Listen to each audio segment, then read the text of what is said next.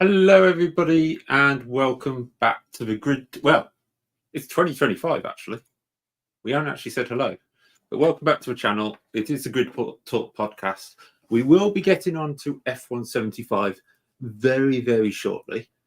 I just need a few moments of your time first. So, firstly, thank you for sticking with us over the last 3 months. We did plan to do a lot more over the winter, but things kind of went astray, as you'll find out in a minute. Whilst we did obviously plan everything, couldn't do it due to this reason. So as many as you know, I have suffered with my mental health over the past 8 years, and over December it flew off the chart the wrong way, and it was, sadly for me to say, a dark Christmas in terms of myself and for my family, who made it the best they could at the time. Just after the New Year, I was sectioned to the nearest mental health unit by doctors for an assessment, but that is for a Section 2. I mean, God knows what the rest do, but that's a Section 2 anyway. From there, I spent 6 weeks on that ward away from my family to change medication and make a plan to return home in the best state I could, which did happen last Friday. Firstly, I'd like to say thank you to everyone for the continued support while this has been going on that you may not have known about, or you did know about, who knows. But obviously that's been a bit of a tough time, knowing that I want to come back to a podcast, but not being able to due to where I was. So whether I know you're in real life or you're the online community, I've really got to thank you for sticking alongside us. The heroes, though, are the staff on the ward I was placed, whether nurses, carers, cleaners, cooks, doctors, or therapists. I've got to kind of say that if I hadn't gone there back on the 6th of January, it was it was tough, basically, and I probably wouldn't be sitting here talking to you right now. And if you're out there with a mental health issue of yourself, please just go get help. They won't laugh at you. They won't think what you do is stupid. If you see me when I used to walk down the street, my unusual behaviours and triggers, you'd look at me and go, well, what the hell was that?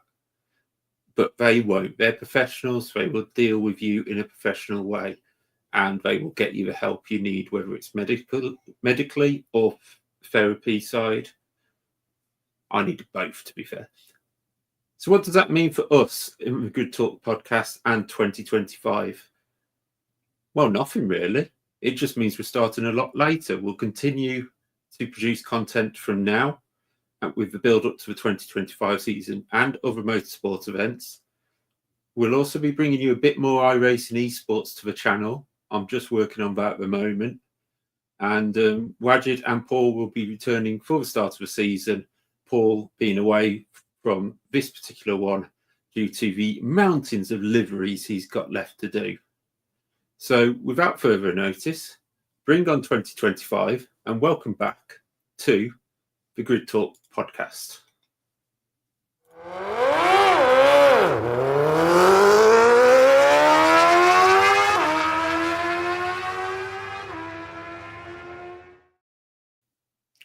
So here we are. That bit we can forget about. We're going to get into racing now. And as I already said, alongside us is Mr. Wajid. If I press the right button, there he is. Coming from us live from our Mexico reporter, shall we call it? Mexico City, baby.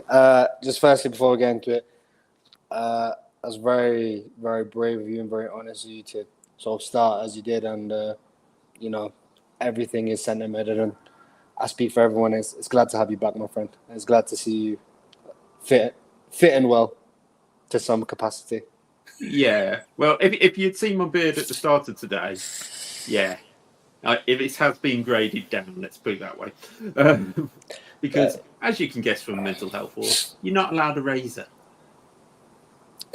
Yeah, no, I come to you live from beautiful Mexico City, where I have the story to share about the Red Bull store. The has been broken into 3 times in here since since the news that Checo Perez is no longer a Red Bull driver. So the local residents are incredibly happy, and there's constant police outside the store with the potential possibility of it closing down because hardly anyone goes in there, and if anyone does attempt to go in there, the Mexicans aren't too happy.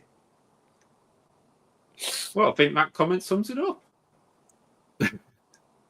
We're here, of course, to talk about F175 and the liveries. Ironically, this is kind of the one we were hoping Paul could be involved in, but obviously not able to be due to work commitments. So that's absolutely fine, and he'll be back with us some other time. Also, to throw out there, we are currently live on 3 different channels now. Oh, sorry, something's just started playing in my ear, and I'm like, oh my God, I need to hear myself. We're here on YouTube, Twitch, and Facebook. So we now have all those different ways of watching us because for some reason I've put us on my own actual Facebook channel. Nobody cares. I bet you everybody knows me, hasn't got a clue what's going on. But also, thank you, Lee Grit Fuel, for resubscribing for 1 month at tier 1. Good to see you back, and I'm excited to hear your outlandish predictions that never come true. Yes, Lewis Hamilton in a hat. There we go. We'll see what happens. Can I say my Lewis Hamilton going to Ferrari aged like fine wine after you made that short of me laughing at me a couple of years ago, didn't it? Yeah. We'll just remember that that pretty much went like this for me.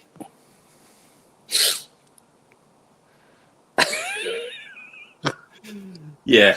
That never gets old. That clip honestly never gets old. You can never stop smiling at it. So what we're going to do is first have a look at F175. For those who didn't watch or have been living under a rock for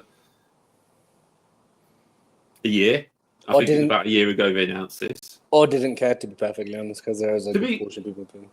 Yeah, I mean, we've got to say it, that on the podcast last year, me, yourself, and Paul all went, oh my God, what are they thinking? Absolutely. And this is what they're thinking. I hope everybody can hear us underneath of this. If not, I've done this terribly wrong. But there is the grid of cars. And yes, that is the best quality picture I could get of all of the drivers. We're going to obviously go into predictions at a date further along the line, maybe after testing, just to kind of let that do. Lewis won't see out the year and Max will be in an Aston. Yeah, maybe not. Do you still have the number of the hospital that you were at? Yeah, I'm feeling like he might need it. Yeah, absolutely. To be fair, the doctor, we won't go into it, but isn't too keen on me. But yeah, because I was right about everything I needed. But I will say that it wasn't exactly a swing in the park, was it? But, you know, if you fancy going there, there's plenty of nice people there. So, anyway. Set F175, Wajid. What did you think of F175? Overall, I'll be totally honest, it wasn't the disaster I was expecting. And yeah, you could 9 out of the 10 teams, which we'll get into later, were involved in everything sort of media related, everything to do with the show. And it was a bigger success than I thought, because I genuinely didn't think the teams would be involved as I thought. It did make for very funny viewing when there were names of the FIA, Mr. Solman, Max Verstappen, and Christian Horner loudly booed, or like audibly booed in London to sort of show where the stance are people. And no matter how much sort of F1 does their PR and stuff like that, people aren't stupid. People have more strongly their have formed their strong opinions. But I mean, honestly, overall, I was wrong. It was a bigger success than I thought it was going to be. Yeah, bigger success than you thought it was going to be. But surely, looking at that, you were thinking, yeah, it wasn't. It was a very low bar to try and beat. Yeah, absolutely. No, absolutely. But, given what F1 and the FIA have done in a number of years, none of us expected them to beat the bar, though, did they? No. Especially when they announced Jack Whitehall as... I mean, Jack's a funny guy. I mean, he's annoying for some people, funny for others. I love his show when he goes off travelling with his dad. But I didn't... you don't often see him on a grid or do an interview with Martin Brundle or something. So you kind of go, Jack, why have you picked somebody like Jack? But I'll be honest, I think he may have saved the whole evening. Because his lines at times were just... The jokes were kind of in keeping with what was going on. So the George and Max stuff, the Italian stallion that Lewis has ran off with, so Toto could be upset. The idea that Charles Leclerc is this godlike looking creature. All of these things sort of popped around, and Idris Elba for the James Bond and everything like that. So it was good in that kind of way. I think because we had low expectations, it felt a lot better. Yeah, absolutely. I think they want to try and keep it as lighthearted as possible. I don't think they expected the amount of F1 fans in there that they had.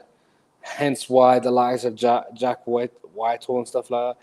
And I think they wanted to keep it more lighthearted rather than a formal approach that Crofty would have given you, and Alex Jacks would have given you, a Martin Brundle would have given you.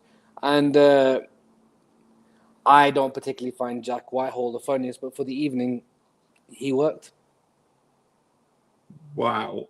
Sorry. Just come in. My sister, Debbie, has just cheered 1,000 bits and resubscribed. So we are now actually on Twitch. We're on a hype train. Whatever that means. Don't really know.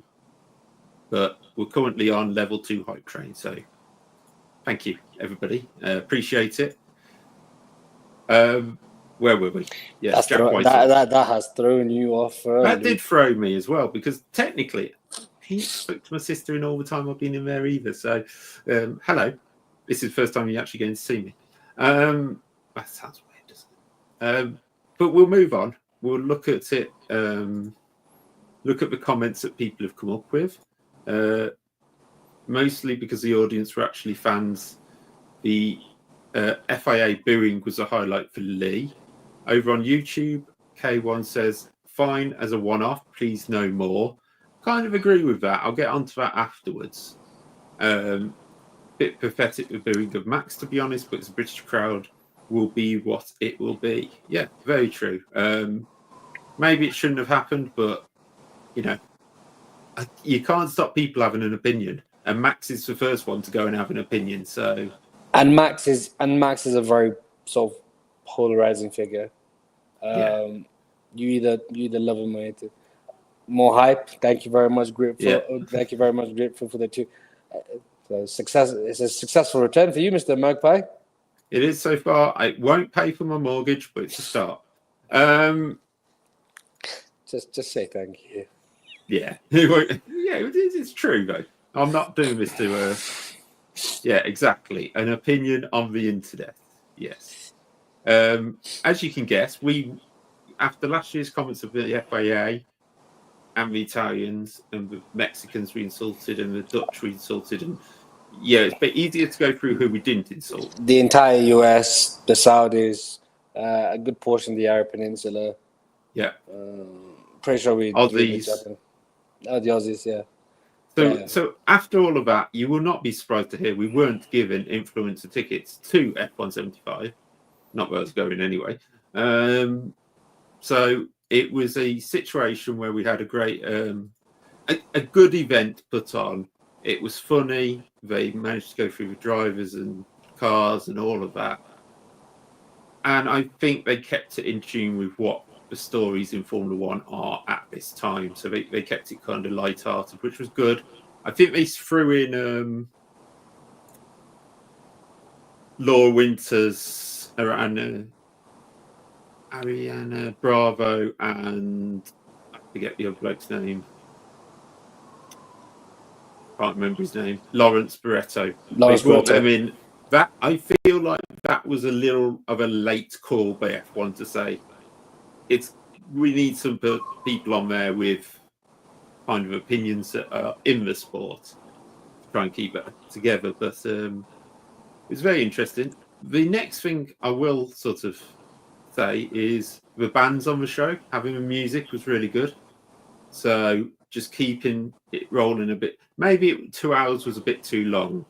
But then I don't feel like anybody had the chance to talk, really. I disagree. I disagree with the music. I think some of them, like the Alpine DJ, for example. The Alpine DJ who made the F1 theme tune. Yeah, but it just I don't care. It just dragged. Yeah, he was just using up his slot. I think. No, like the Aston Martin. That's my laptop goes. The Aston Martin thing was very original. It was very creative with the whole James Bond thing. But I'll be honest, everything else, Yeah. I mean, what do we kind of expect? Because these days we have launches which are very drab. Williams had one not long ago. The guys were still in the pit garages with their hands in gloves and a woolly hat on. So they weren't even trying to heat the place. It's like it's February. But we don't get these 1997 launches like McLaren where you had Spice Girls singing away. I'm sure we've seen such Sugar Babes on one of them as well at some point. Jordan used to have bands on. We've gone away from that style of launch, which actually was quite interesting when they did them.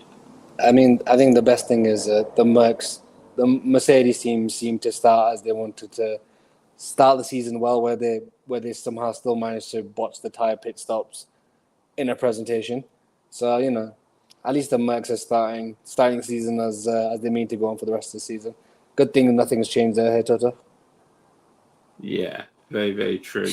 I'm just noticing that Lee has come back with Horner wasn't ready for the booing. Yeah, he seemed very off put by it, and then kind of just got on with it because he realised he's standing in the middle of a stage of 40,000 people, and you have to if somebody's going to boo you. But certainly an interesting thing we will move on to afterwards. First time we saw, well, it wasn't first time for some of us, but first time we saw this man in red and not in a Mercedes colour. I'm thinking it's probably the first time we've seen him in anything but black and silver. Since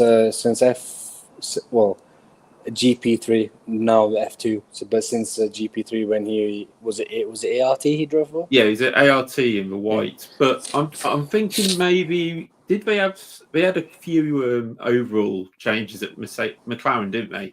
Just before he left, like different sponsors and stuff. But he was always in the. They had sponsors, but he was always in the white and silver. He'd left by the time they'd gone to Honda and started moving back into the black and papaya. And they did a few I'm sure they did a yellow and blue one at once, just for one race, but for China or something. But anyway, why has Lewis got a Motorsport Magpie? Oh yeah, yes, fancy that one. He's just sponsored by us now. It's part of the Italian deal. We were in on it all along. That's why Wajid knew about it. That's why I knew about it. We'll obviously go into the liveries in a minute, but do you think realistically the teams preferred that, or do you think they're still like, we want to have our proper launches because we can get the sponsors more involved? Well, clearly, as we're getting to know, Ferrari didn't, because Ferrari had the shakedown and their massive launch the next day anyway. So, Ferrari didn't seem to care. what the McLaren had already started running their car. Okay, cool. They didn't show the livery, but they'd already done a shakedown, I believe, a couple of days before the new car. Anyway, I just think they did it because F1 asked. I think the teams much prefer having it at their factory with their staff, bringing in the media, being able to control their environment, control the questioning, etc., etc., etc. It was a nice, I think, as K1 said in the comments, it was a nice thing, 75th anniversary, blah, blah, blah, and all that. But, you know, I mean, that's all it was. There was nothing, like, at least at most of the sort of closed events within the factories. A lot of times you also see the new car as well. So you get the screen, you get the screen grabs and the technical analysis very quickly of what they've done differently, the new suspension systems, the new side pods, inlets, things like that. No one here was going to show off their new car, I think, aside from McLaren, because they'd already done the shakedown on the main stage. Yeah, it's very true. I mean, McLaren and Williams had a reason. You know, Williams had a reason. They had a brand new title sponsor. They've come in. But first up, we're going to look at Sauber. Now, we haven't got loads of pictures of each of these, so, you know, we'll stick with one and try and describe. But this seems to be a blend of green into black, so the kit green stays. A lot of people have turned around and said it kind of looks like an iRacing car or something you've done on the computer very quickly at the last minute going, right, we've got to change the livery, what we're going to do. But I kind of like it compared to last season's. I'll be honest, it looks like they got one of the kick streamers to say, who got into F1 through sponsorship and marketing, said, what can you do? And they threw it together. It's not particularly creative. Sauber put in as much effort into the livery as they did into last year's car, which is sweet sum of nothing. And I don't expect them. The amount of effort they put in the livery. Spoiler alert for whenever we do it.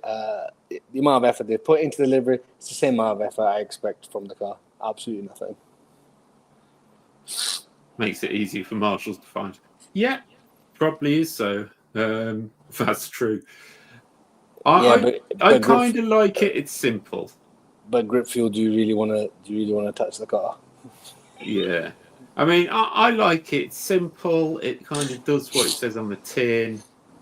You know, and at least it's not black at the front and green at the back.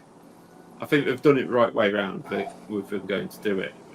But we'll obviously move on now to Williams. They were the next ones up. They had launched a couple of days before with a livery that they weren't 100% sure was going to be the same. But I think they pretty much made it the same, haven't they? You know, I mean, it's just a bit less black on it. I think the tweaks and changes are so absolute minor. Everything else, and obviously the sponsorship sort of is slightly different in terms of positioning and size, but nothing overly spectacular about it. You know, like on the stage, you're like, oh, they've gone back. They've gone back to their roots and stuff like that. I'm like, well, I mean, for me, the roots of a Williams is a lighter blue with Rosenthal sponsorship. It's not it's not a deep blue Williams. But I'm with Gritfield. It needs more color. It needs something about. It's just there. Granted, I don't want it to look like another car, which is also blue, which we're going to get to further up. But I don't know. It's better than the Sauber. But yeah, it's just at least it kept the battery. Yeah, that's the only creative thing about it, to be honest. Yeah, and as you can see on the video, the Golf's still there, so I'd expect a Golf special at some point. But yeah, I like that it was lighter blue, but And as you can still see, the Haas boss is still sponsoring the side of the car. So that livery stays in.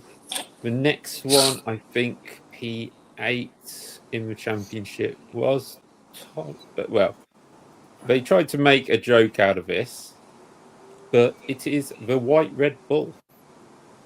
It's Visa Cash App Racing Bulls. Just go back to Toro Rosso and Minardi, please. Here was the car. The launch picture of this is not from the actual show. And while everybody raves about it, I'm a bit disappointed that they've gone, oh, the White Red Bull was really good, really popular. Let's do it. Yeah, it feels like a knockoff. It feels like a knockoff version of the Honda of the Japanese Grand Prix special they did, which I think was very very nice. Yeah,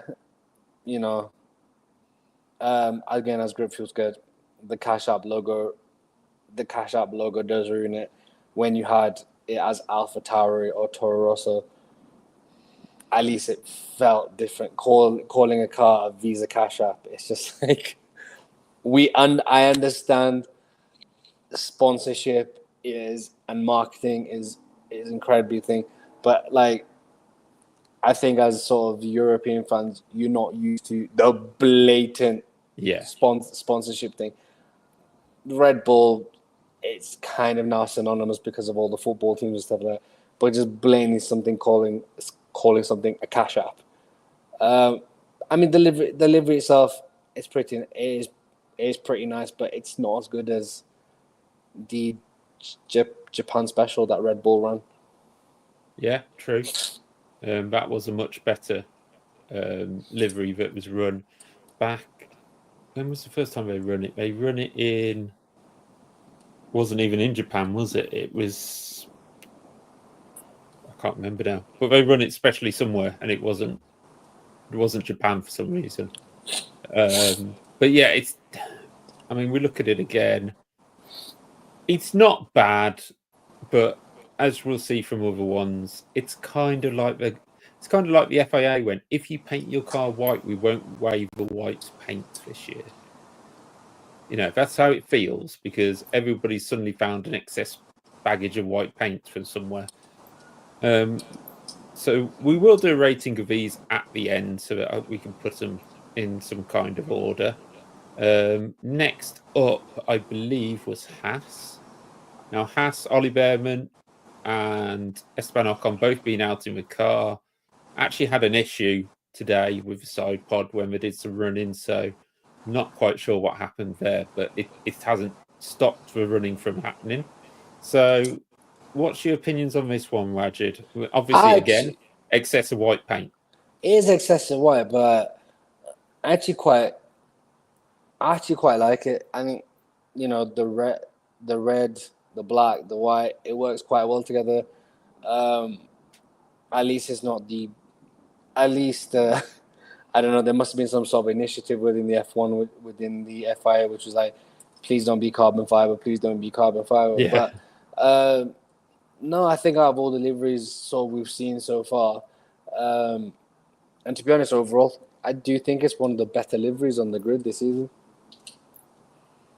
Very, very true. I think probably the same. I do like it.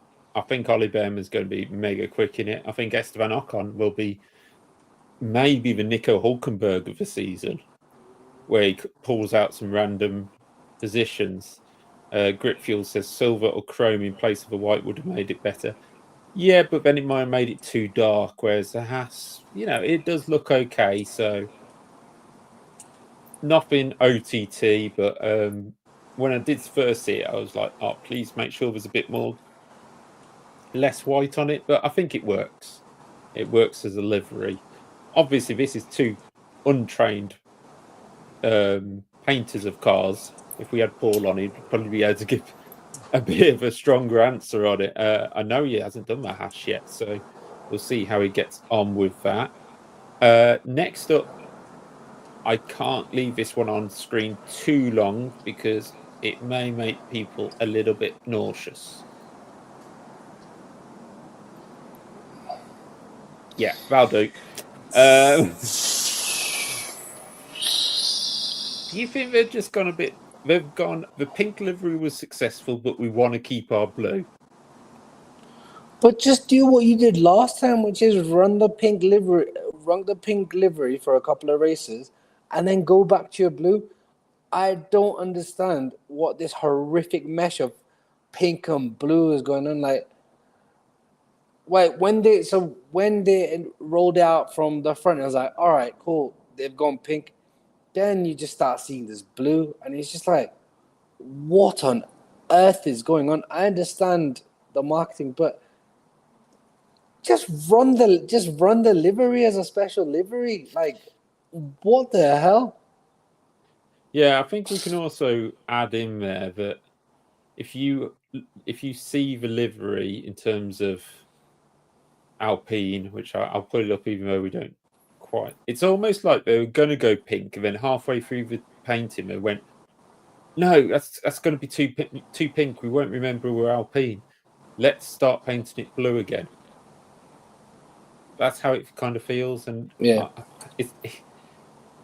It's almost disappointed by Alpine. But there's one thing I said at the start when I saw this, and an F1 car goes quick if it looks quick. I'll be honest, it doesn't look quick.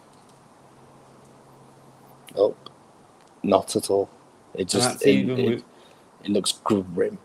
That's even with a Renault engine. I'm not going to put it back up on screen again now because we may actually have one of us throwing up about it. No surprise with the next team, Aston Martin jumped onto the James Bond theme and brought out this, which had a bit of added white at the top, but not a lot changed. A huge amount of carbon fiber though down the side. There is a huge amount of carbon fiber. I like the sort of green, the light green accents it's got going down the side to sort of split it for your eyes. Again, racing green, Aston Martin. It's sort of what you expect.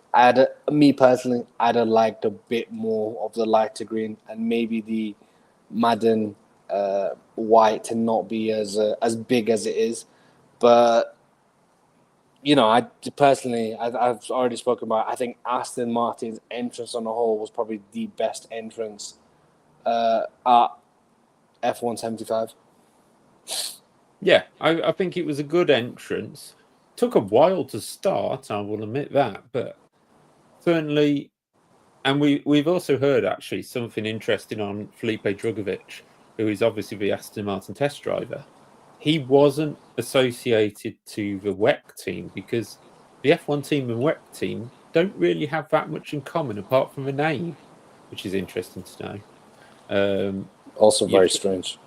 Yeah, it's almost the days of two Lotuses all over again. Yeah.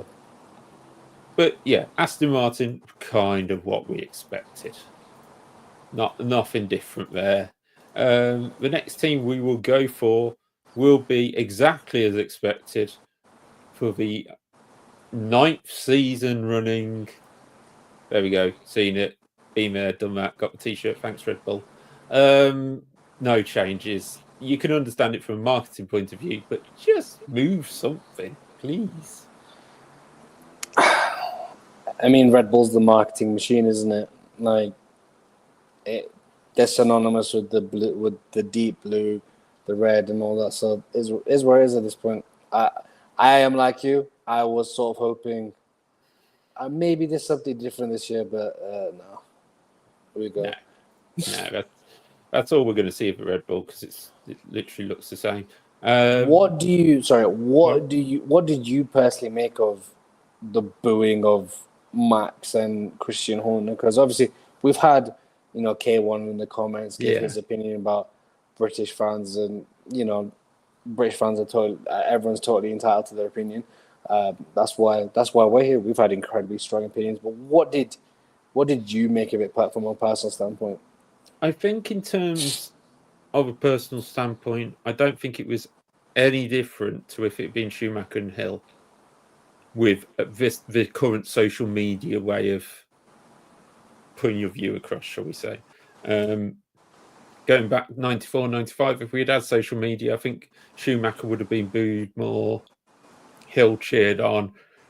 But they were also clashes where you could very much put the blame on Hill for the clashes as well, whereas you can't really do that with Verstappen's because most of them are actually just him losing his mind, like this season. If you think back to Mexico, so I think fans just get Vettel had it, didn't he, when he was winning 4 on the trot and it started booing. But then for Red Bull went on a downward spiral. Obviously, rules don't change till next season, but maybe we'll see that coming in now, and maybe we could see. I doubt it, but we could see a Ricciardo against Vettel situation with Lawson against Verstappen. I doubt it, but we just never know. Imagine. But I think Christian Horner did expect kind of things to change and not get booed as much, but it was evident, and Jack Whitehall certainly helped it with Jerry Halliwell's +1, wasn't it? He said, yeah, +1. Yeah, it's kind of like, yeah, it's +1 plus his WhatsApp group. Same with you, is it? Pretty much. I also think you have, again, like I said, the most polarizing, diverse person in F1, and you've plunked him in the home country of arguably the greatest driver F1 has ever seen, and also I'm gonna get it in first podcast of the year. People haven't forgotten a certain year, a certain race. No, we got away with that. Just don't mention Abu Dhabi, and I think I got away with it. So Faulty Towers for anybody else who was there. Yeah, Faulty Towers. But yeah, I think we got away with that one. And we'll move on to the other team which were involved in this. Because if we keep talking about Red Bull anymore, people are going to charge into Wajid's flat and start a Sergio Perez party. So we've got to be kind of careful how much we talk about Red Bull. Yeah, don't really want to piss them off. Mercedes. This is the best cam photo you could get of a Mercedes online. I don't know what they're trying to do. They haven't sent any out on the website except for using this one. It was a bit mixed, wasn't it? So, for me personally, I went, what's the difference between this year's car and last year's car? And then the funniest thing about it was, like I said, they botched the pit stop. So, so it's just George Russell. I think George Russell was also expecting more fanfare than he got. The entire Mercedes thing was just very, very flat, wasn't it? Yeah, well, I think they're in that position now, aren't they? And I mean, we look at the car there. The airbox is silver, then it goes black, then it's silver, then it's black. It's like they can't quite. It's almost like we want to show that we didn't go for the black livery because of Lewis. Support of Lewis. We did it because we support the idea behind it. And then they went, hang on a minute, Lewis isn't with us anymore. We don't have to do this. So they kind of mixed it and matched it. Because I honestly had on my bingo card, no black on the Mercedes. I said, so did I. It'll be complete silver. And then they've come out with this where they've kind of gone, well, that back end of last year's car was black, so we'll leave that there. And then I don't really know. And I think what I do find interesting is the black overalls seem here to stay for the Mercedes. Yeah. That's especially what I when find. they moaned about them. Yeah, that's what I find really interesting. I mean, for me personally, I prefer the black overalls compared to the white/silvery things they run, like from a personal standpoint. But it just seems so bizarre that you still have the shadow of Lewis Hamilton atmosphere. It was just the most bizarre thing in the world. The worst thing I thought, though, is a caption. Every dream needs a team, which they come up with in Abu Dhabi and seem to have let it carry on through Lewis leaving. And it's kind of like we need to have some kind of slogan to show that we don't need Lewis Hamilton. And you've got George Russell there, who hasn't got as much British backing as Lewis or Lando or anything like that. And then you've got a big star, Kimi Antonelli, coming in. And it's gone a bit flat on Kimi. I don't think he's come in with a fan... he hasn't come in with a fanfare like Lewis did. Because regardless of... From, again, personal opinion. Yeah. But regardless of what people think of the potential generational talent he is, it was an underwhelming F2 last year. Yeah. It was an incredibly underwhelming F2 last year. And I think people have looked at that seat, given the likes of Carlos Sainz, like Carlos Sainz was available. Let's be perfectly honest. Yeah. I think Kimi Antonelli did not need to be. I hope he proves me wrong. I hope he proves everyone wrong. I hope he has a stellar season. But because he's come in so underwhelming,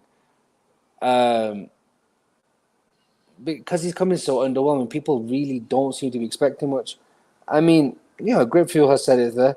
Neither was Colapinto. But my counter to that is Colapinto did not have the hype that Antonelli had. All you heard was generational talent, Antonelli. Colapinto didn't have that. Colapinto just got thrown into the race seat and went, "Here you go, do your thing," and was like, "Oh, you're actually really good." So much so that there's already talks of Jack Doohan losing his seat, and the season seems to start. Well, I was just about to get onto that. Colapinto, Renault. I just need to remember the actual tweet, so just bear with me a second. If I could put X into my computer. There we go. It was a comment that was made, got it bookmarked here, by Jeppe Olsen, who's somebody who quite often talks about Formula One. Mercado Libre has signed a partnership deal with Alpine, who is one of Colapinto's primary backers. It's not often that the sponsorship is signed by the reserve driver who's never going to see a seat. It's kind of, Jack, have you got any money? I worry because Jack was very quiet on his debut. He was solid, but he's quiet on his debut at the Abu Dhabi. And if he doesn't hit the ground running, they're going to swap him. Hands down, he won't wait. Running, he needs to hit the ground sprinting. Yeah, it's going to be tough for the youngish Aussie. Grip Fuel also said Kimi's quite grounded though, and he was sensational before F2. He was to a point, but for me in Monza, that lap where everybody went, "Oh, he was carrying 20 kilometers an hour through the corner more than Max Verstappen was," and it's like, yeah, but he was on soft tires, low fuel, and he crashed, and he binned it. Yeah, it's you can do all you like. We said about Max at the start, you can be as exciting as you like, but if you're going to bin it, it's not going to make a blind bit of difference. You can't be a generational talent. Look at Lewis when he came in. Look at Max when he came in. Lewis came in, hardly binned it once in testing, I think. Whereas Verstappen come in and kept binning it against people and got a reputation. So it is something that's going to be looked at. There are going to be comments.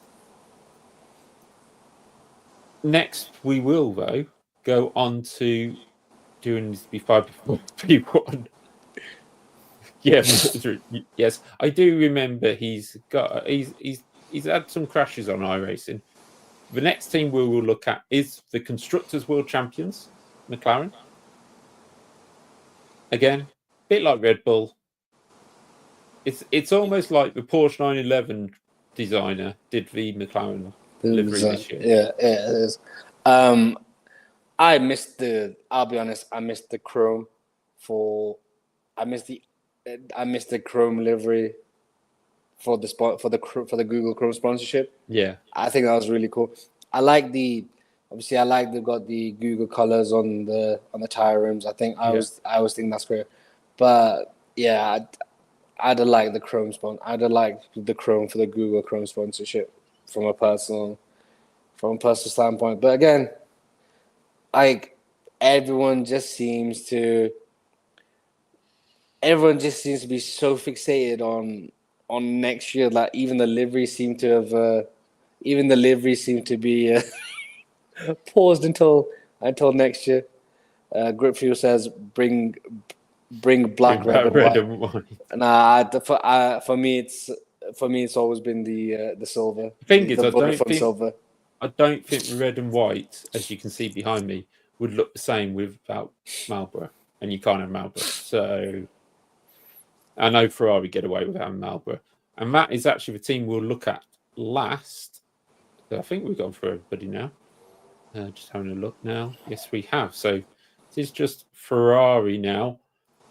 There is one thing I want to say about... Oh, wrong button. There you go. One thing I do want to say about Ferrari. They don't have good seasons when they put white stripes on their car. It doesn't happen. 94? No, 93. 93 it was they had the white stripe. It went horribly wrong.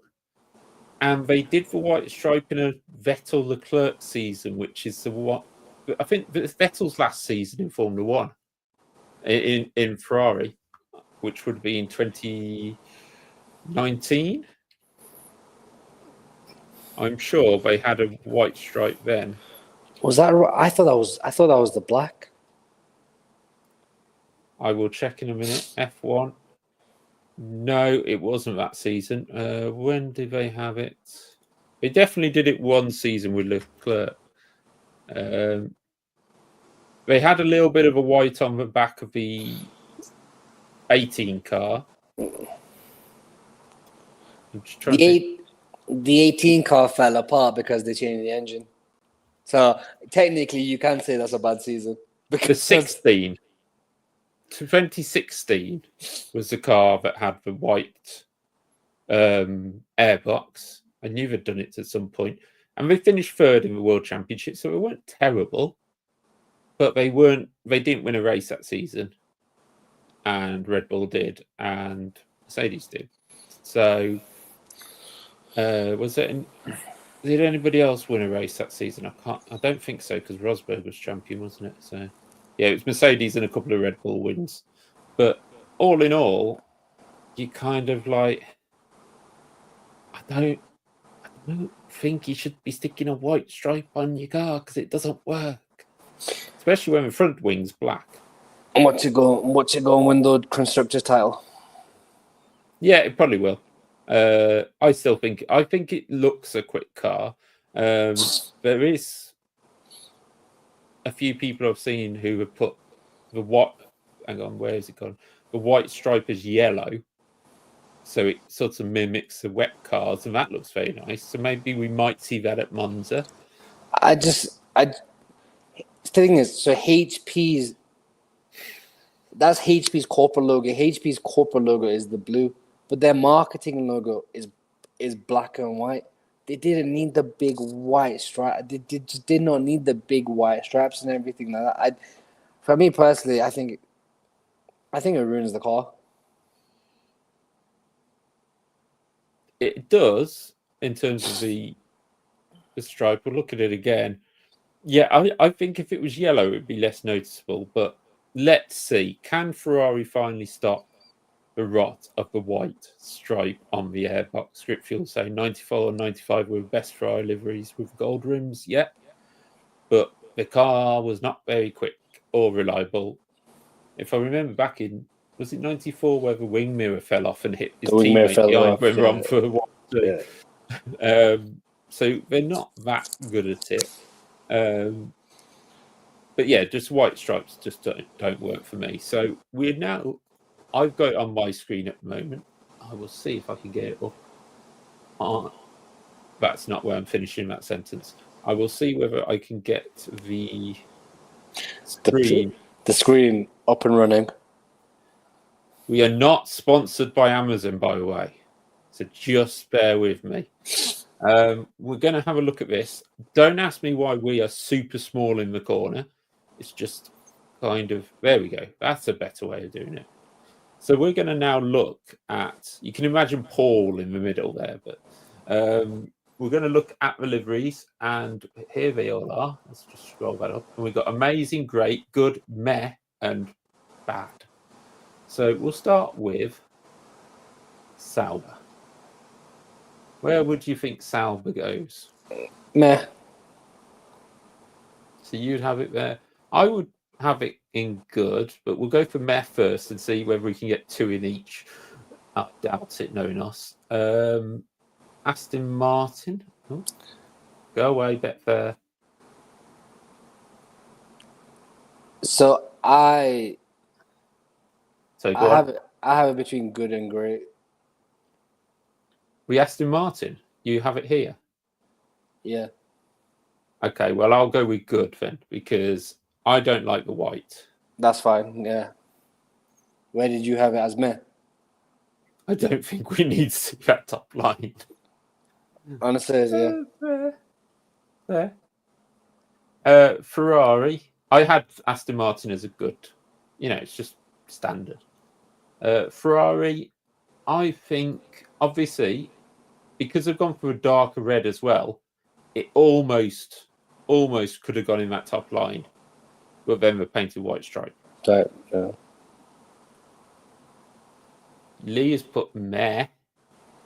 So where are we going to pop this? In good? I think it's good. Okay, we'll go with good for now. I think the McLaren's meh because it's the same as last year. Yeah, but we're not rating on whether it's meh because it's the same. We're rating on whether it's this year's liveries something we like. This year's liveries is so shit, aren't they?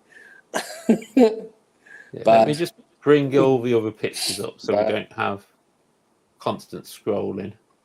I mean that one you could just leave there. What, the Alpine? Yeah, the Alpine. Okay, so you could go to Europe for £93 with Swiss Air, or carry on with our table. So where are we thinking McLaren? See, I think it's worse than the Aston and the Ferrari. Okay, so you would have it down here for now. We'll see what we get. I'd have it ahead of the Sauber though. Ahead of the Sauber. Okay, we'll put them two over. Let's go for Williams.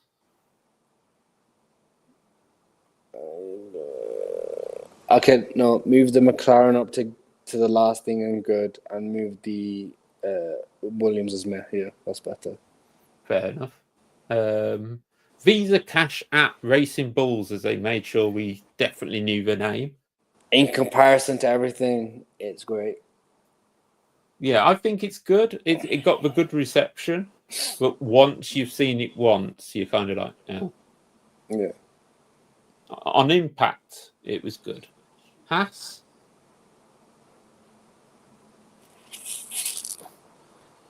It's better than the Ferrari. I don't think it's as good as the Aston. Okay, so at the moment, I'm sort of thinking that needs to go there. Yeah. And if they got rid of the white and the bit of black on it, I think it would go there. Haas great in comparison, Lee says. Yeah, maybe we could do that. Maybe that would make more sense. Red Bull, same old. So in terms of Wajid's view, if we're going off what he said about McLaren, have we got another line down the bottom here? No, honestly, there's nothing original about it. It's not about original. It's boring. Like it is boring at this point. Yeah. Mercedes. I don't like the Merc. I'll be honest. I don't like it. I actually think dare I do this? Yeah. For me, I think the Alpine's worse. I'm not sure, though, because at least the Alpine, you know what we're trying to do. You know what we're trying to do there. It's pink because of BWT. So you're going, okay, it's pink, it's BWT. Sorry, I'll just get on my seat better. My bum's going numb. You can see what we're trying to do with the Alpine. I mean, if we bring it up in full view, yes, we do. Switch. There we go. So you can see what we're trying to do. We're trying to advertise BWT. That is fine. We've got used to it with Racing Point. We got used to it with pink Mercedes and whatever. You kind of, I'm not saying it looks nice. I'm just saying it's okay. But then when you go to a Mercedes, it's like they couldn't decide what to do. Are we silver? Are we black? Do we use Petronas green? For me, it's the most confused livery. I didn't even notice the green until you just mentioned it now. Yeah, I totally forgot. They've just thrown in some random turquoise for Petronas out of absolutely nowhere. Yeah, it just doesn't make a lot of sense to me. So that's why. I mean, if anybody is in chat and thinks differently, feel free to say. But that's why I think the Mercedes is possibly the worst livery of 2025. And I don't think I'll be saying that. And somehow, Red Bull, with your second team, has come up with apparently the best livery there is. Let's get to race 2, and then I guarantee it'll change. But for now, yeah, it's just this is now the other issue with F175 because there was no sort of creativity within the liveries, because people are bothered about the way, because paint adds extra grams, which adds extra hundredths of a second. Like all the creativity and like the liveries we used to get, and I sound like an old head, but back in the day, as we mentioned, like for me, the silver Vodafone McLarens were beautiful. Yeah. The old Marlboro Ferraris, the old Marlboro McLaren, the Rosenthal Williams and stuff like that. Those are iconic. Sorry, Rothman. Sorry. So apologies, Rothmans. You got Jim Rosenthal on. I got Jim Rosenthal. Yeah, but they're all iconic liveries. Yeah. Are any of these gonna stand the test of time? Well, I think the Ferrari one will if Lewis is world champion, but that's the only reason. The Mercedes, it just looks confused. It's like we want to be silver, but we want to be black, but we want to be turquoise. It doesn't quite make a lot of sense to me. And Lee says, bring back smoking. To be fair, that is what had the best liveries, and vapes haven't exactly took over that. So we'll just have to see from there. But, do you? Yeah. Sorry, just so fine as we wrap up. Do you think it's now hit Mercedes that Lewis Hamilton, the brand, was bigger than Mercedes F1, the brand, and it's now finally hit them that, yeah, we've lost a lot more fan base than we thought we were going to?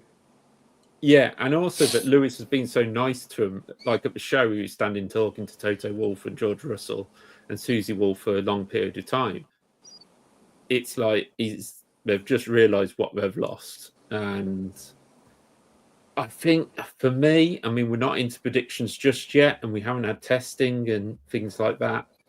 I think we're going to very much have a tough season for Mercedes, and I think it will be the diva the car's been. You know, I go back to the idea that if a car looks quick, it's quick. Mercedes does not look quick.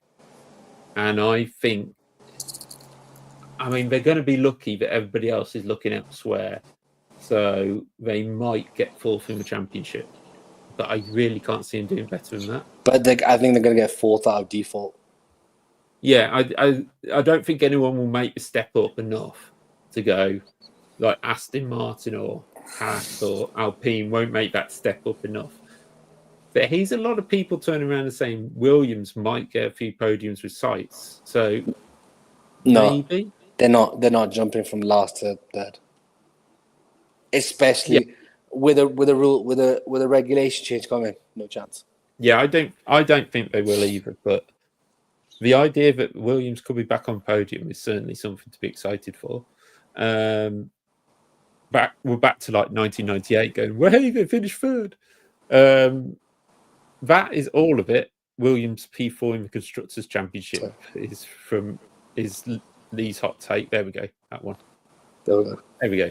We're both pressing a button at the same time, you see. Yeah. But I think that's about it. And we've managed to keep it around about an hour, even with my jargon at the start. So thank you, Wajid, for joining us from Mexico. We will be going through a lot more things. Obviously, we've got testing coming up on Wednesday, Thursday, Friday. We're not going to sit and do a watch long because I'm on vacation. We've got lives. And I'm on holiday, so that's not happening. But what I will be doing is hopefully planning to, but as we've seen already this year, 2025 doesn't always go to plan. I will be planning to do a review of each day's testing at the end of testing, or this time next Friday, we'll do a whole loop of the lot anyway. I think that'll be 3 days. I think that'll be better. Yeah.